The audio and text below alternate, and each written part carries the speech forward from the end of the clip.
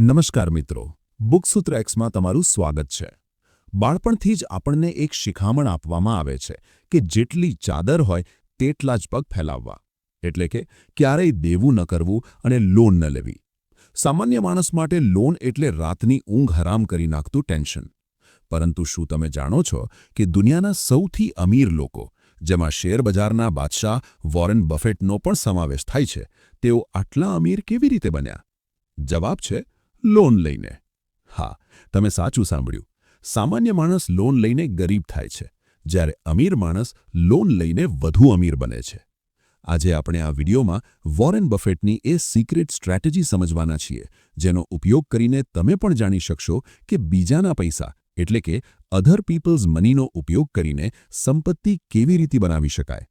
તો વિડીયોને અંત સુધી ચોક્કસ જોજો, કારણ કે અડધું જ્ઞાન હંમેશા જોખમી હોય છે। આગળ વધતા પહેલાં આપણે એ સમજવું પડશે કે બધી લોન ખરાબ નથી હોતી।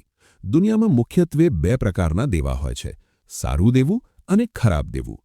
ખરાબ દેવું એ છે જે તમારા ખિસ્સામાંથી દર મહિને પૈસા કાઢે છે।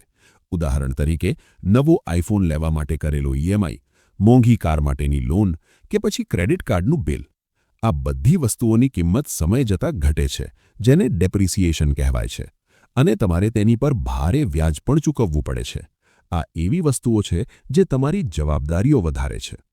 બીજી બાજુ છે સારું દેવું। આ એ લોન છે જે તમારા ખિસ્સામાં પૈસા નાખે છે અને તમારા માટે એસેટ્સ ઊભી કરે છે। દાખલા તરીકે, તમે બેંકમાંથી 8% વ્યાજે લોન લીધી અને તે પૈસા એવી જગ્યાએ રોક્યા જ્યાંથી તમને 15% રિટર્ન મળે છે, તો વચ્ચેનો 7% નફો તમારો પોતાનો છે। અમીર લોકો ક્યારેય પોતાના પૈસાથી કામ નથી કરતા, તેઓ બેંકના અથવા લોકોના પૈસાનો ઉપયોગ કરીને એવી સંપત્તિ બનાવે છે જે તેમને આખી જિંદગી કમાઈને આપે છે।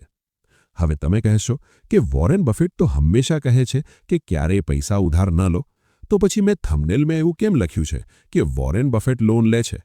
દોસ્તો, અહીં જ એક મોટો ખેલ છે। વોરેન બફેટ પર્સનલ લોન લેવાની સ્પષ્ટ ના પાડે છે, પરંતુ તેમની કંપની બર્કશાયર હેથવે પાસે અબજો ડોલરની એક એવી ફ્રી લોન છે જેને ફાઇનાન્સની ભાષામાં ફ્લોટ કહેવાય છે। ચાલો તેને બહુ જ સરળ ભાષામાં સમજીએ। વોરેન બફેટ મોટાભાગે ઇન્સ્યોરન્સ એટલે કે વીમા કંપનીઓ ખરીદવાનું પસંદ કરે છે। જ્યારે તમે વીમો લો છો ત્યારે તમે દર મહિને પ્રીમિયમ ભરો છો। જો તમને કોઈ અકસ્માત ન થાય તો કંપનીએ તમને પૈસા પાછા આપવાના હોતા નથી। લાખો લોકો દરરોજ આવું પ્રીમિયમ ભરે છે અને આ પૈસા કંપની પાસે જમા થાય છે। આ જમા થયેલા અબજો રૂપિયા વોરેન બફેટ માટે એક 0% વ્યાજની લોન સમાન છે। બફેટ આ મફતના પૈસા શેરબજારમાં રોકે છે અને તેમાંથી અબજો ડોલર કમાય છે। આને કહેવાય બીજાના પૈસાથી અમીર થવું। હવે પ્રશ્ન એ થાય કે આપણી પાસે તો કોઈ ઇન્સ્યોરન્સ કંપની નથી, તો આપણે સામાન્ય લોકો આ વ્યૂહરચનાનો ઉપયોગ કેવી રીતે કરી શકીએ? તમે મુખ્યત્વે રિયલ એસ્ટેટ અને બિઝનેસમાં આનો શાનદાર ઉપયોગ કરી શકો છો।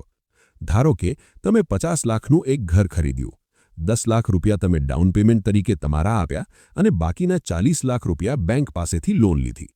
ત્યારબાદ તમે એ ઘરને ભાડે આપી દીધું।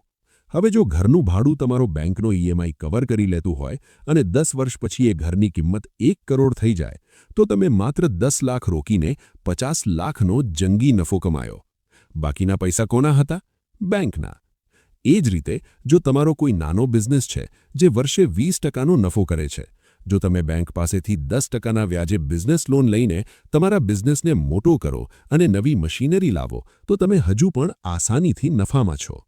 મિત્રો, મેં તમને લોનના ફાયદા તો જણાવ્યા, પણ મારે તમને આની કાળી બાજુ પણ બતાવવી પડશે। દેવું એક બેધારી તલવાર છે। જો એ તમને ઝડપથી અમીર બનાવી શકે છે, તો એટલી જ ઝડપથી રસ્તા પર પણ લાવી શકે છે। વોરેન બફેટ કહે છે કે જો તમે સ્માર્ટ છો તો તમને પૈસા કમાવવા માટે ઉધાર પૈસાની જરૂર નથી, અને જો તમે મૂર્ખ છો તો તમારે ભૂલથી પણ પૈસા ઉધાર લેવા જોઈએ નહીં।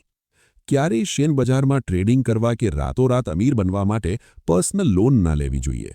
માર્કેટ નીચે જશે ત્યારે તમારે લોનનું વ્યાજ તો ચૂકવવું જ પડશે, જે તમને બરબાદ કરી શકે છે। દેવું માત્ર એવી એસેટ્સ ખરીદવા માટે જ કરો જે ગેરંટી સાથે નિયમિત કેશ ફ્લો જનરેટ કરી શકે। તો આજના વિડીયોનો સારાંશ એ છે કે લોન ખરાબ નથી, પરંતુ લોન લેવાનો આપણો હેતુ ખરાબ હોઈ શકે છે। દેખાડો કરવા કે મોંઘા ફોન અને ગાડીઓ લેવા માટે ક્યારેય દેવું ન કરો। બીજાના પૈસા એ સંપત્તિ બનાવવાનું સૌથી મોટું હથિયાર છે. બસ શરત એટલી છે કે તમને તેનો સાચો ઉપયોગ કરતા આવડવું જોઈએ. તમને આ વિડિયો કેવો લાગ્યો? શું તમે ક્યારેય કોઈ સારી એસેટ બનાવવા માટે લોન લીધી છે? મને નીચે કમેન્ટમાં ચોક્કસ જણાવો. જો તમને બુકસૂત્ર એક્સના આ વિડિયોમાંથી કંઈક નવું શીખવા મળ્યું હોય તો લાઇક બટન દબાવો અને ચેનલને સબસ્ક્રાઇબ કરવાનું ભૂલતા નહીં. ધન્યવાદ.